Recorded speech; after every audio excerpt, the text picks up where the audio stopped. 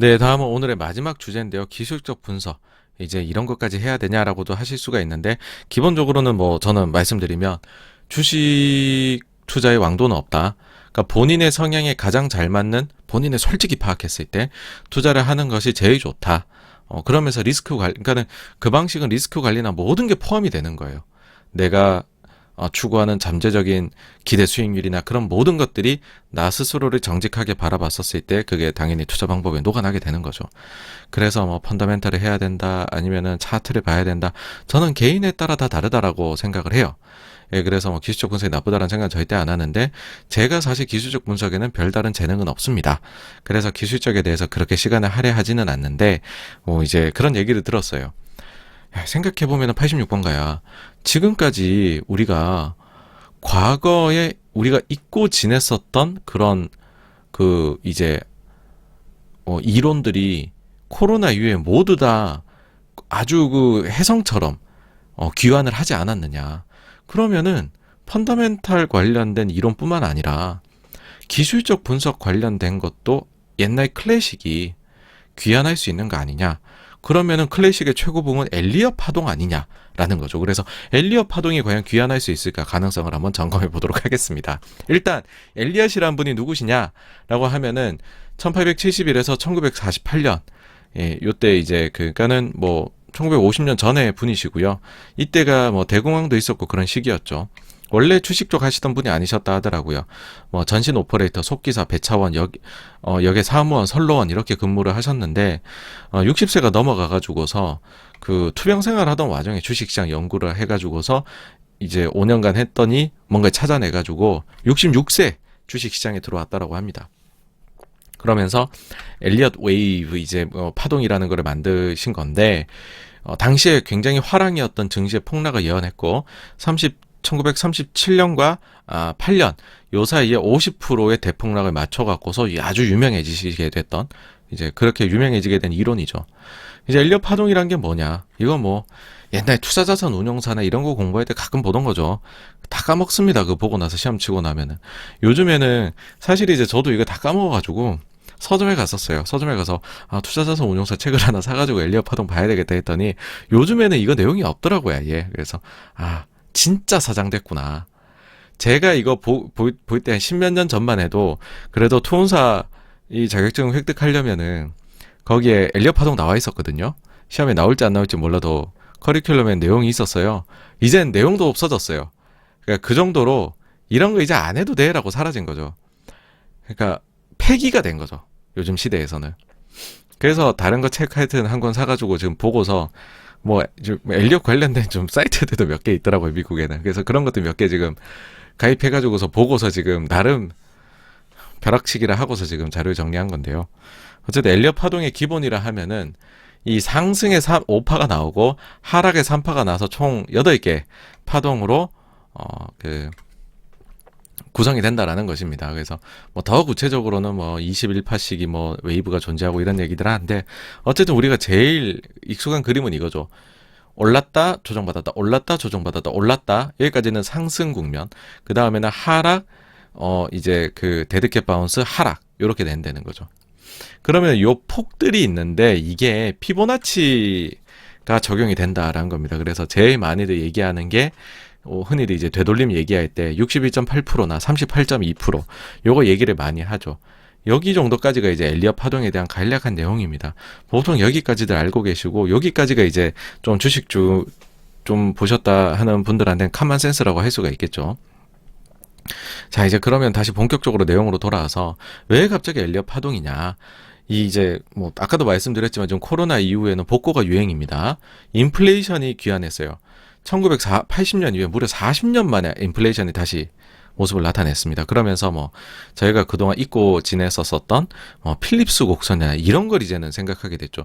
그 다음에 임금 인플레이션의 뭐 나선 그런 것까지도 막 이제는 우리가 생각을 해야 되는 상황이 됐습니다. 그러니까 복고죠. 그 다음에 사실 저희 채널에서 많이 말씀드리는 이 순환하는 증시, 우라가미 구니오라든지 아니면은 앙드레 코스톨란이라든지 사실 이런 내용이 좀 신선하게 새롭게 받아들여졌던 분들이 저희 채널 들으신 분들께서는 많으셨을 거라고 봐요. 왜 그러냐면 금융위기 이후에는 순환이 별 의미가 없었거든요. 금융위기 이후에는 오로지 성장주였어요.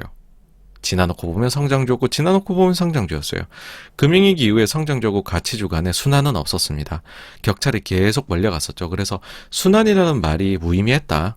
잊고 지냈었던 거죠. 근데 코로나 이후에 보시면은 사실 저희 채널을 들으시는 분들이 증가하시는 이유 중에 뭐 제일 큰 이유라고 저는 생각을 하는 게 제가 이제 이게 이제는 우리가 그 금융장세에서 실적이 오는 것 같다. 실적 장세 초반에서 중반 가는 것 같다.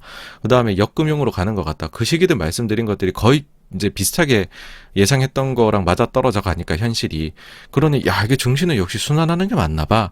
그런데 또 매력을 느끼시는 분들이 들으시는 부분도 많이 있잖아요. 현실적으로 봤을 때.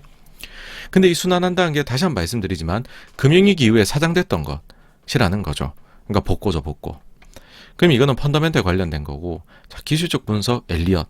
이것도 뭐 투혼사 책에서도 사라졌는데 지금 저희가 다시 끌어내고 있는 거잖아요. 그러면은 펀더멘털은 복고 성공했는데 테크니컬도 복고가 성공할 수 있을까? 근데 그 상승이 계속 오고 있을 때 엘리엇 파동 말씀하신 분은 없었어요. 지금도 생각을 해보시면 없었을 거예요. 근데 최근에 하락이 나타날 때 이런 얘기를 하시는 분이 이제 나타나기 시작을 합니다. 저도 제 지인분 중에 있어요. 이게 왜 나타났느냐라고 해보니까는 숫자가 기가 막히게 뭔가 맞아가는 느낌이 있거든요. 이제 엘리엇 파동에 막 이렇게 구체적으로 나열된 게 많은데 그 원칙이 그중에 이게 있습니다. 하락이 2파는 하락 1파에 50%, 61.8%, 76.4%, 85.4% 정도 수준에서 나타난다 라고 이야기를 합니다. 50, 61.8, 76.4, 85.4라고 했잖아요. 근데 지금 어떻게 됐냐 하면은 다우랑 S&P 같은 경우에는 이번에 고점에서 하락을 했었죠. 그 하락 저점에서 요번에 조정 대비해서 좀 그 회복을 했잖아요. 그리고 회복하고 지금 조금 빠진 상황이긴 한데 그 회복의 고점 요 폭이 어느 정도 진행이 되었느냐라고 봤었을 때에 S&P 500이 62.5%예요. 되돌림이. 61.8 같다는 거죠. 이거가 지금 굉장히 꽂힌다는 겁니다. 뭔가 되살아나는 것 같아. 하락이 나타나니까 역시 하락에서 펀더멘털 우리 뭐 목표 주가를 어떻게 잡아? 기술적으로 그럴 땐 분석을 하는 게 맞지. 그러면 우리 엘리엇을 봐야 되는 거 아니야?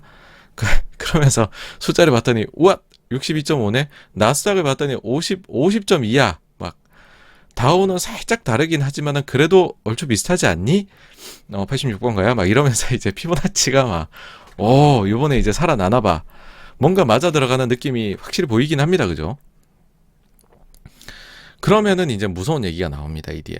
하락에 3파가 온다는 거거든요. 하락 2파가 이미 나왔고 되돌림이 있었고 그럼 3파가 추가로 진행되는데 이 3파는 어느 정도로 나오느냐?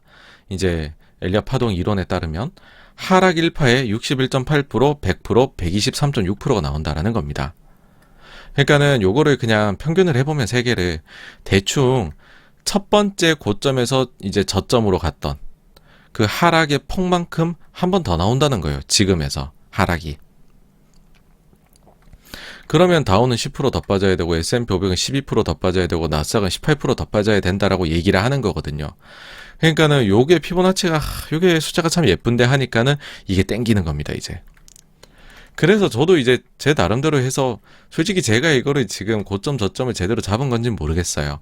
제가 엘리엇을 그렇게 처음 해봤어요, 이거 사실. 고백을 하면. 그래서 여러분들도 듣고서 그냥 이런 얘기를 하는 사람들이 이제는 좀 나올 수가 있으니 미리 알아두고 있으라는, 익숙해져 있으라는 의미에서 86번가에서 이야기를 하는 거구나 라는 정도로만 일단 들어주셨으면 좋겠어요. 그리고 뭐 저희 채널에서 모든 투자 방법이 다 이제 여러분들 성향에 맞게 하시면 됩니다 하지만은 사실 기술적에 대해서는 거의 말씀을 안 드리는데 한번 이제 요것도 드려보면 좋겠다 싶어서 가지고 온 거기는 합니다.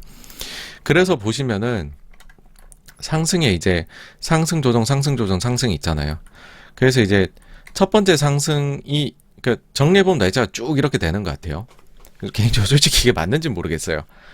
맞는지 모르겠는데 상승 1파 나오고 그 다음 조정이 나올 때 특징입니다. 요 조정파 상승 2파는 최저점까지 내려갈 수 없다. 최저점 2192잖아요. 안 내려갔죠. 3209. 그러면 특징이 이 상승 1파에 이 3192에서 3588까지 올랐죠. 요 폭의 50%, 61.8%, 76.4%, 85.4% 정도로 일반적으로 조정이 좀 나타난다 했는데 요번에 보니까 72.9%더라고요. 그러면은 76.4를 끼워 맞추면 비슷할 수 있다. 그 다음에 상승이 한 번 더 나타나죠. 추가로. 상승 3파는 4,546까지 갔어요. 상승 3파가 상승 요 세 가지 파 중에 제일 짧을 수는 없다라고 했는데 뭐 제일 짧진 않은 것 같고 근데 요번에 다 길이가 비슷해요. 그래서 이거는 특징인지는 모르겠는데 어쨌든 상승 1, 2파에 161.8%, 200%, 261.8%. 이거 읽는 것도 힘드네요. 뭐 요런 숫자 정도에서 일반적으로 추가 상승이 나온대요. 이번에 352% 정도거든요. 근데 이 뭐 30%나 차이 나는데 비슷하다고 할 수 있을지 잘 모르겠어요. 그 다음에 한 번 또 코렉션이 나타나는데 이제 뭐 모르겠습니다. 이게 20%짜리였어요. 그 전 폭에 23.6과 비슷하다라면 뭐 비슷하다고도 할 수 있고 아니라면 아니라고 할 수 있고요. 그 다음 마지막 상승 5파는 그 세 가지로 보일 수 있대요. 상승 1파랑 비슷하게 나타낼 수 있다 그랬는데 그 폭에는 택도 없고요. 5파가 아니면은 상승 4파 조정의 역에 뭐 이러는데 202% 나와서 이거 범위를 훌쩍 넘었고 그 다음에 상승 1, 3파에 61.8% 그러는데 56.3이라 이것도 굳이 비슷하게 봐야 되냐 뭐 그래요. 그래서 요번에 이제 첫 번째 하락에서의 그 바운스 뭐 이제 이 말에 따르면 그거는 숫자가 언뜻 되게 비슷해 보일 수가 있지만 그 전에 숫자들은 약간 좀 끼워 맞추기 시간이냐. 그래서 제가 요거를 잘 못 그린 걸 수도 있어요. 근데 어쨌든 뭐 요거 봐서는 사실 크게 와닿지는 않았습니다. 근데 이제 하락할 때 하필이면 요게 좀 맞아 들어가는 것처럼 지금까지로 봐서는 보인다라고 해버리니까는 요런 말씀을 하시는 분이 이제 나오기 시작했다. 이제는 테크니컬 투자에서도 복고가 나타나기 시작했다 정도입니다. 그래서 뭐 요 정도까지 말씀드릴 수가 있을 것 같아요. 그래서 뭐 이제 요거는 그냥 재미로 한번 보시면 좋을 것 같고요. 엘리엇 파동까지 해가지고서 오늘 준비한 내용을 다 마쳤는데 Q&A로 넘어가 보도록 하겠습니다.